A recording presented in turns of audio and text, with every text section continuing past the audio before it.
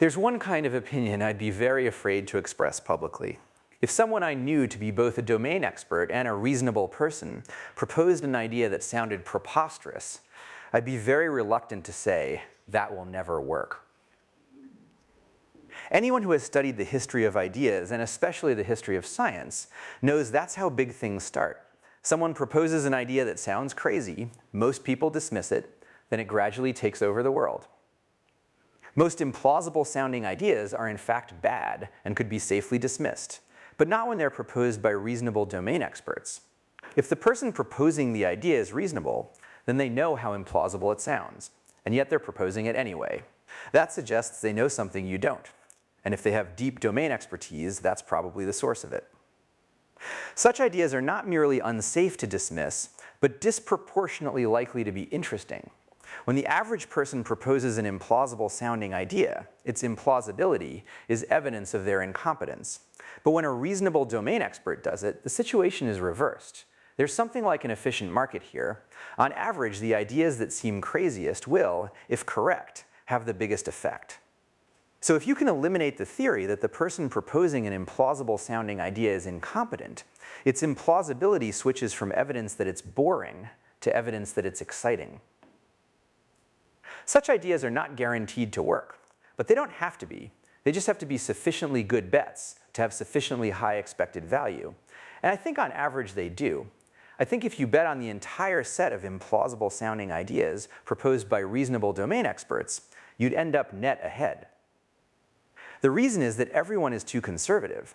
The word paradigm is overused, but this is a case where it's warranted. Everyone is too much in the grip of the current paradigm. Even the people who have the new ideas undervalue them initially, which means that before they reach the stage of proposing them publicly, they've already subjected them to an excessively strict filter. The wise response to such an idea is not to make statements, but to ask questions, because there's a real mystery here. Why has this smart and reasonable person proposed an idea that seems so wrong? Are they mistaken, or are you? One of you has to be. If you're the one who's mistaken, that would be good to know, because it means there's a hole in your model of the world. But even if they're mistaken, it should be interesting to learn why. A trap that an expert falls into is one you have to worry about too. This all seems pretty obvious, and yet there are clearly a lot of people who don't share my fear of dismissing new ideas. Why do they do it? Why risk looking like a jerk now and a fool later instead of just reserving judgment? One reason they do it is envy. If you propose a radical new idea and it succeeds, your reputation, and perhaps also your wealth, will increase proportionally.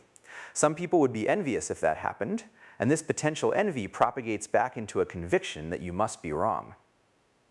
Another reason people dismiss new ideas is that it's an easy way to seem sophisticated. When a new idea first emerges, it usually seems pretty feeble. It's a mere hatchling. Received wisdom is a full-grown eagle by comparison. So it's easy to launch a devastating attack on a new idea, and anyone who does will seem clever to those who don't understand this asymmetry. This phenomenon is exacerbated by the difference between how those working on new ideas and those attacking them are rewarded. The rewards for working on new ideas are weighted by the value of the outcome.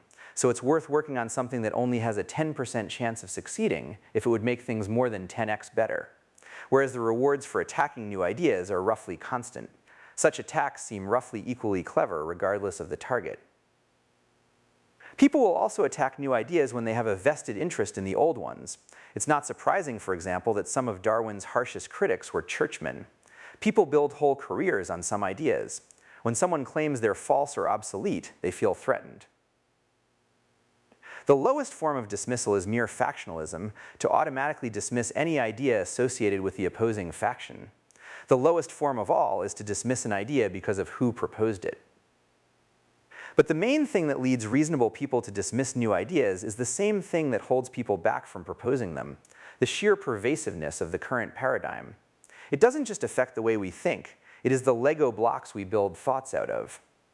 Popping out of the current paradigm is something only a few people can do, and even they usually have to suppress their intuitions at first, like a pilot flying through cloud who has to trust his instruments over his sense of balance.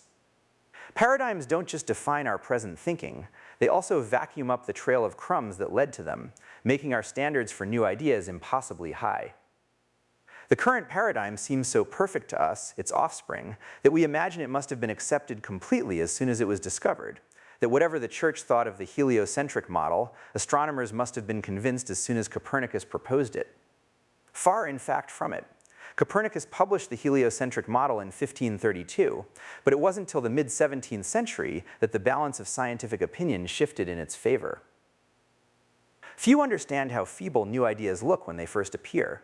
So if you want to have new ideas yourself, one of the most valuable things you can do is to learn what they look like when they're born. Read about how new ideas happened, and try to get yourself into the heads of people at the time. How did things look to them when the new idea was only half finished, and even the person who had it was only half convinced it was right?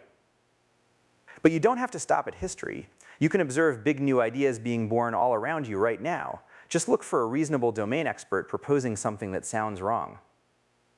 If you're nice as well as wise, you won't merely resist attacking such people, but encourage them. Having new ideas is a lonely business. Only those who've tried it know how lonely. These people need your help, and if you help them, you'll probably learn something in the process.